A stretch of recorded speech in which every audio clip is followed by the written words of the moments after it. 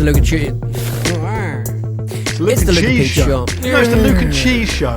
It's the Luke and Cheese. It's the Luke and Ghee show. That beautiful Indian butter one does not have. I don't have any ghee in my house. I feel like. Will you not have it in the building?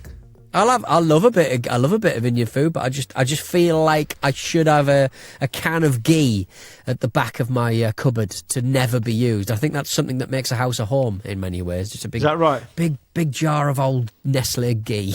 Should I leave if I do finally sell my house? Should I leave a jar of ghee in the cupboard as an offering? Is that tradition? Yes, yeah, and also wrapped around that stop cock everyone's getting upset about. And what you need to also hide are porno mags in a cavity wall or something. I wouldn't have clapped eyes on the porno mag for about 20 years.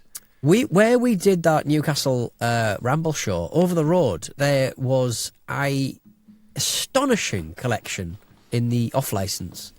In the off door of like the newsagents over the roads from where we were doing our town hall show, an amazing amount of European strength pornography. I'd not seen that in ages. Continental strength. Yeah, like proper good honest stuff. What separates out? I'm going to regret asking this. What separates out a good old communal garden British piece of pornography? I don't know. The British stuff is all grumble. It's penises, Luke. I can't right, so I can't butter this up. I can't ghee butter this up enough. It's erect penises, I'm afraid. What, so a British porn magazine wouldn't have an erect penis in it? No, it wouldn't. But maybe now it would. I don't know. Maybe the rules have changed. So I think it would be quite naive to refuse British pornographers access to an erect penis. Personally, in these days. Yeah, I'd agree with that broadly. I think one thing that's worth considering is this is worth considering. But while we're on the subject, if you are going to take a photo in a continental strength pornographic magazine, which involves an erect penis penetrating, they're going to have to hold that pose. Yes, yeah. Well, and there's no way there could be movement, particularly the shut pornography. And a lot of that pornography would have been done pre-Viagra, I imagine, as well. I imagine it was a right old pain in the bum, so to speak. Or not, as the case may be. Depends. Particularly where you're thinking about, like you're talking about analog camera, you probably want to get the lighting right, so you're going to need to open up the... you're going to have to probably have quite a long exposure, which means there cannot be movement. Yeah. Well, can you not just have a quick shutter speed? I mean, I guess you're just pausing, I suppose, aren't you? You'd always have, like, I think the sort of European... I think there were 3 levels. British stuff, European, like heading on to European strength, where you would have an erect penis, but it wasn't doing anything, wasn't going in anywhere, was just glistening inches away from where it ended, where the it needed of what's to be, to come, I suppose. so to speak. And then you had a European strength version of the same photo shoot, which was so they're all killing several territories with one stone. Exactly. So it'll all be one photo shoot, I believe. Yeah. Limit your overheads. I think I saw a British. What's the main a Newsnight? I thought I saw a Newsnight about it one time. Honest. Did you? What are they covering that for? Was Make This involved? Not in that way. I mean, was she hosting it? Oh, Lukey, I've had quite a week. I do not. Tell me about it. Tell me about it, brother. Weekend. We've got a wall. I want to get that wall down. Is it holding up a roof? No, it's not holding up a roof. It's stop. As I say to my son, if he does something ill-advised, stop. Yeah. Stop. What are you doing? See it, say it, sorted. No. What wall is it? Is it the one you painted a mural on? No, different one. So there's a wall separating the house from the garden, and it's basically, you look out the back doors, and it's just this big, horrible white wall. I don't know why they did it. I hate it. I've always hated it. And why would Sarah there be likes a to wall sit out there separating the now and garden again. with the house? I don't get it. God knows. Anyway, I have decided my little summer project is going to be take the wall down, put glass balustrade on, right? Up. Now. Can anything good come of this? Something already hasn't. They're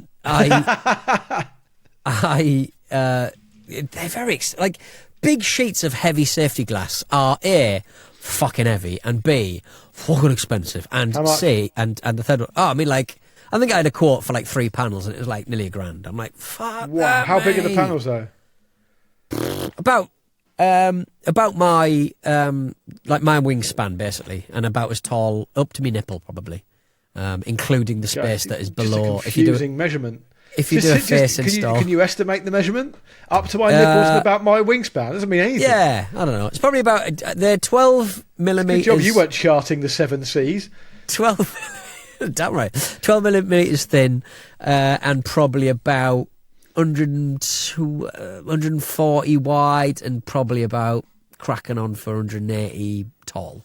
140 millimetres is like... Oh, you say centimetres? Yeah, okay, fine. Yeah, we'll go for centimetres. Okay, fine. 1,400. So you're going to put glass in a wall between your house and your garden. That's just a window, isn't it? No, I'm not going to be putting it in it like a porthole. It's going to basically be like a glass sort of partition. You know what I mean? Like they'd have it like Wayne the Knickers Club in Ibiza?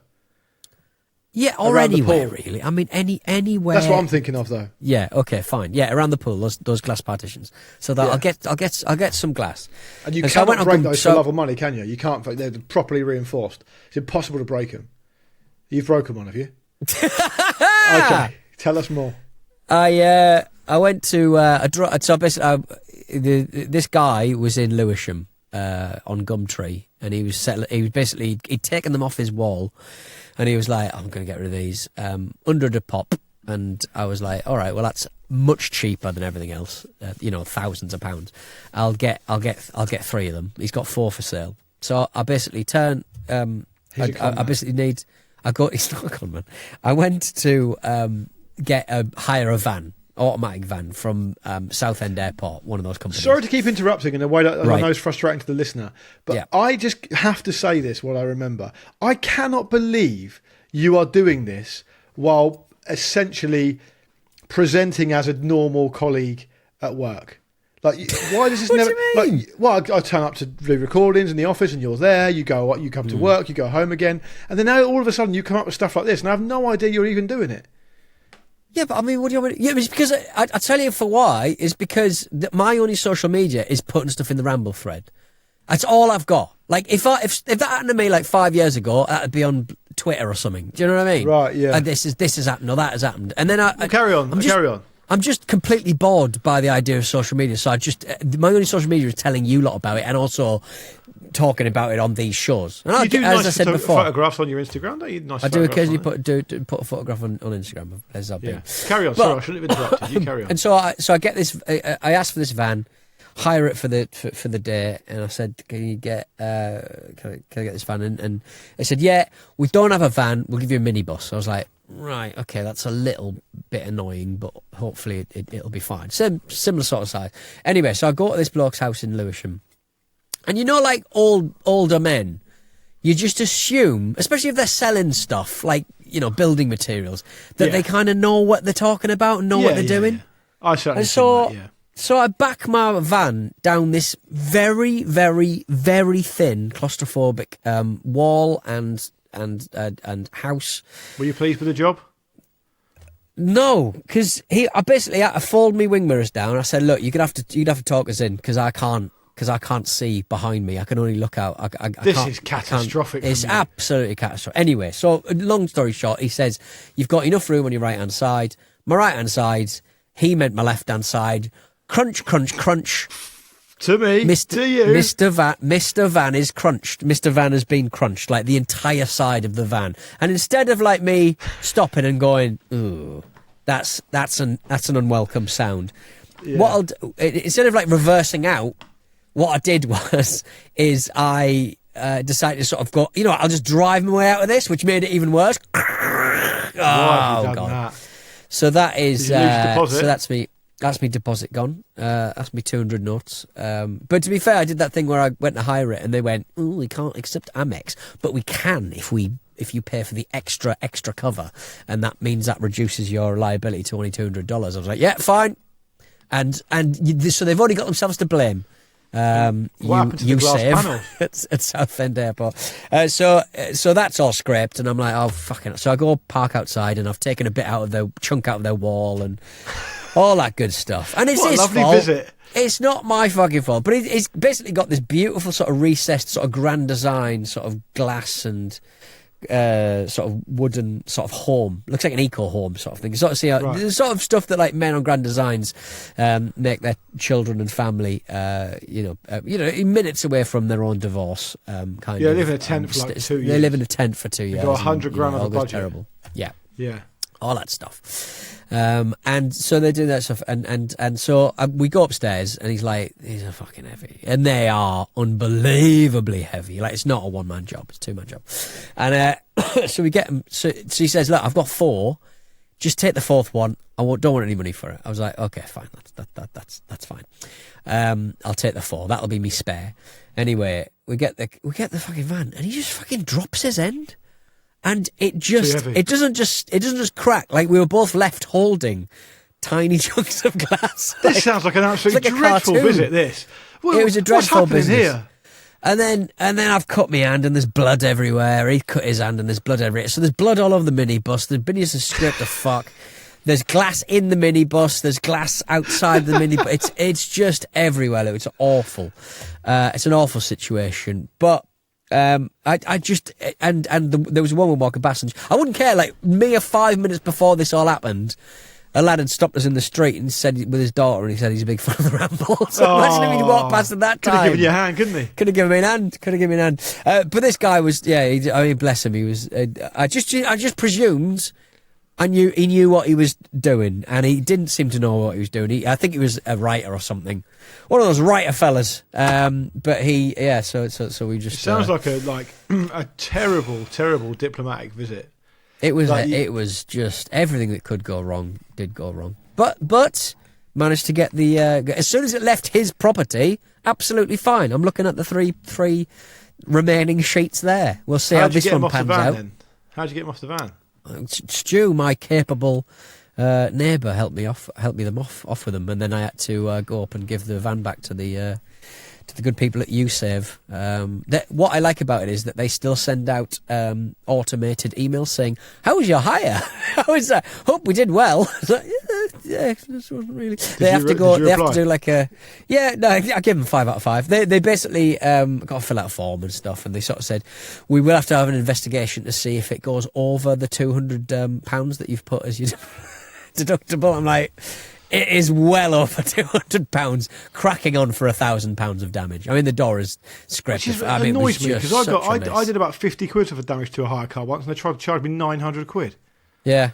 It's expensive, however much sort of like scraping you think is. I always sort of think that cars can withstand a lot more. You hear a bang and there's nary a scratch on it. But I mean, it was just something else. So I'd like to apologise publicly to everybody involved. And you couldn't have got those glass panels into the Century, no?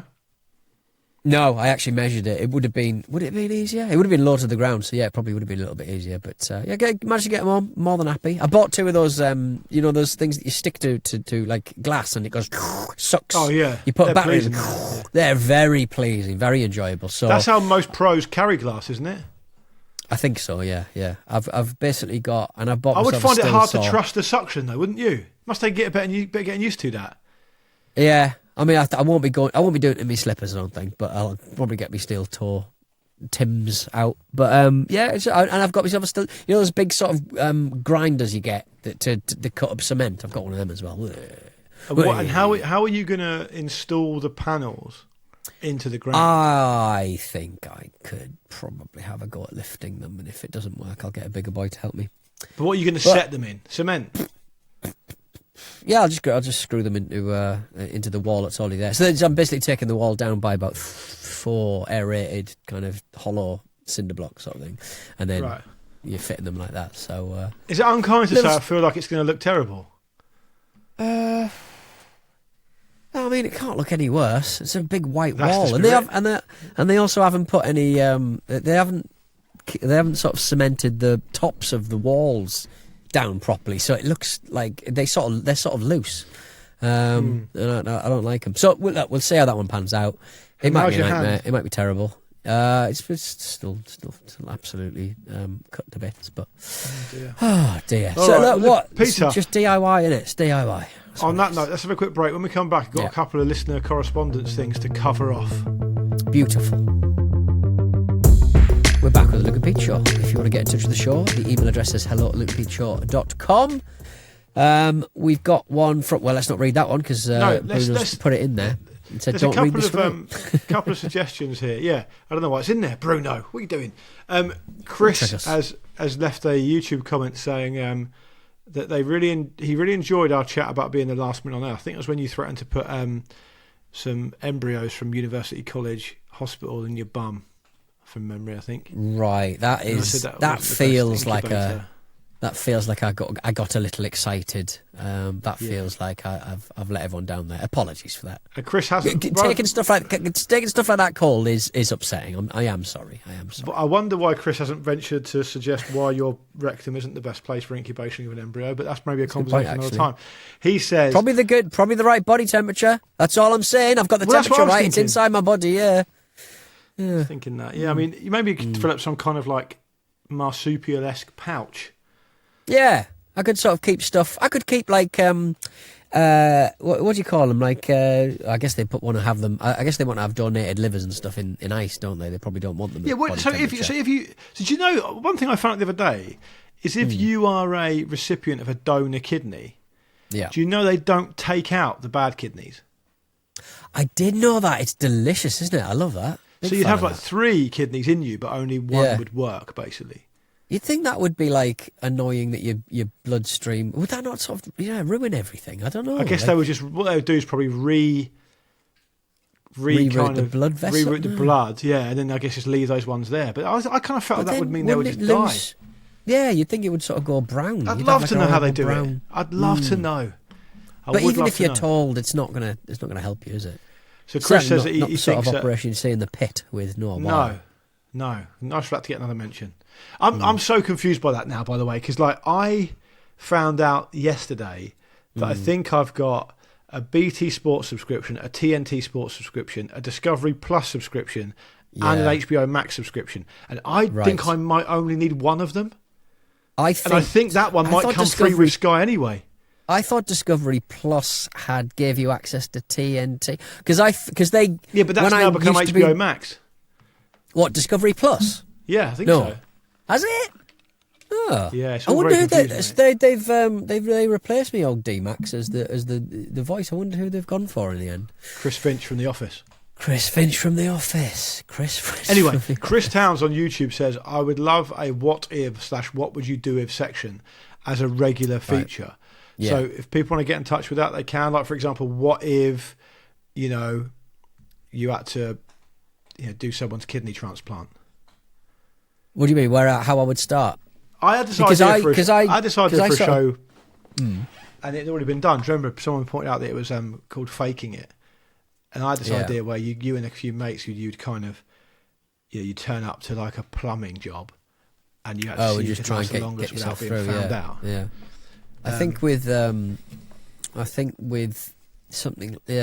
something like that. Because I grew up, I think replacing like liver or kidney or something. I grew up playing the Atari ST / Amiga game Life or Death and Life or Death 2, which was basically you were a doctor in the emergency room and you had to kind of diagnose with your hands, just sort of poke the stomach of somebody, and then it would always be a bloody what's that thing that sometimes explodes and you appendix. It was always the appendix for some reason. You'd always have like the both sides pain or one side pain, and it would always be the appendix. And so you'd sort of get him to sleep, and you'd sort of make your incision. You'd iodine everything, and then you'd sort of like mask everything off and stuff, and then you'd make your incision, and you'd cauterize the bleeders, and then you'd open up the subcutaneous fat, and then I reckon I could do it in summary. The way you described it there makes me feel like you couldn't do it. By the way, speaking of that, my friend Duncan got a burst appendix during the finale of The Sopranos. Right, okay. And he was like... While he was growing up? Or because it can happen at any time, can't it? But the literal airing of the final season of The Sopranos, we were watching it in our shared house. Right. And his appendix went... Don't stop! And it went... And it just exploded. And we waited till the end of the show. Did you? And he was just absolutely gone. It's very painful, apparently. I don't like the sound of it suddenly. Is it? I just feel like that's one of those things that you just go to the doctor and the doctor can whip it out. I just don't think you need hospital visits for it because everybody has it. It's just there should be just a ward of appendixes, and it should be like a DJ. You should have like a big operating room. Everyone's appendix is constantly going, so just have 6 patients in the round, like the keyboardist from Pink Floyd, and he just the surgeon just does about 6 at the same time. I think that's how it should work. Is it a difficult thing to take care of? You think? Is it? I feel like it's just very straightforward. It's just like a little sort of piddly little sort of like condom at the end of your pipes, isn't it? What actually is the appendix? What does it do? Isn't it something that we don't need anymore? I think so. Does it fuck with the spleen? I can't remember now. Apparently, it's done with the keyhole surgery now. Oh, so you don't even open it. So my cauterization and my opening up doesn't even. You just it goes. Yeah, I don't think it needs to. Did I tell my friend who had a bit of heart surgery done by a electric kind of an electrode sent up through his groin, through his bloodstream, up to his heart, and a little into his heart, because that's how they do it now, because they don't want to break up in the rib cage. Yeah, I mean it feels barbaric that you would have to do that at any point, but I mean, I just can't imagine something like a hard sort of, putting a stent in and stuff. They go through your groin, don't they? Like I can't imagine like and they blow a little balloon up and take it out. It's like a little mesh thing. I can't imagine like a sort of balloon and a wire sort of getting through all of your bendy, twisty. I mean, it clearly works because they've done it so many times. But like, it must be tiny up through your. Ooh. But isn't that clever though? Because basically what they've said is we need to open people's arteries up, and we're doing it this way. Yeah. But ultimately, the trauma involved in smashing open the rib cage, which is evolutionary designed to protect the heart and lungs and everything, is probably sometimes more trouble than it's worth. So we're going to do it this way instead. And it actually happening. My granddad had it done, and he was like 80 at the time, and it was fine. Yeah. Good on him. Good on him. Anyway, he lived for a lot longer as well, didn't he? Great stuff. Yeah, he did. My granddad had his bowel removed like 82 years old or something. Bloody no, right. And they said they wouldn't do it, but he was pretty strong, so they let him. And then when he was recovering from the anaesthetic, he was doing Elvis impressions in the ward. Thank you very much. Yeah, which is pretty cool. I didn't see it, sadly. It was in the middle of the night.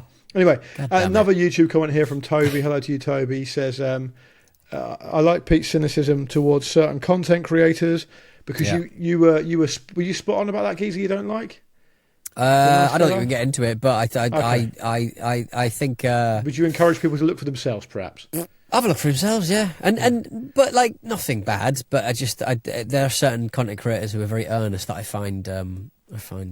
Well, Toby suggested a new feature, Earnest or Irritating, and he'd like you to start with Francis Bourgeois, the train spotting fella. I like him. Yeah, Earnest. He got his own angle. He got that camera. Everybody copied him after that. I don't mind it. Ernest. I think. He seems alright, doesn't he, Francis?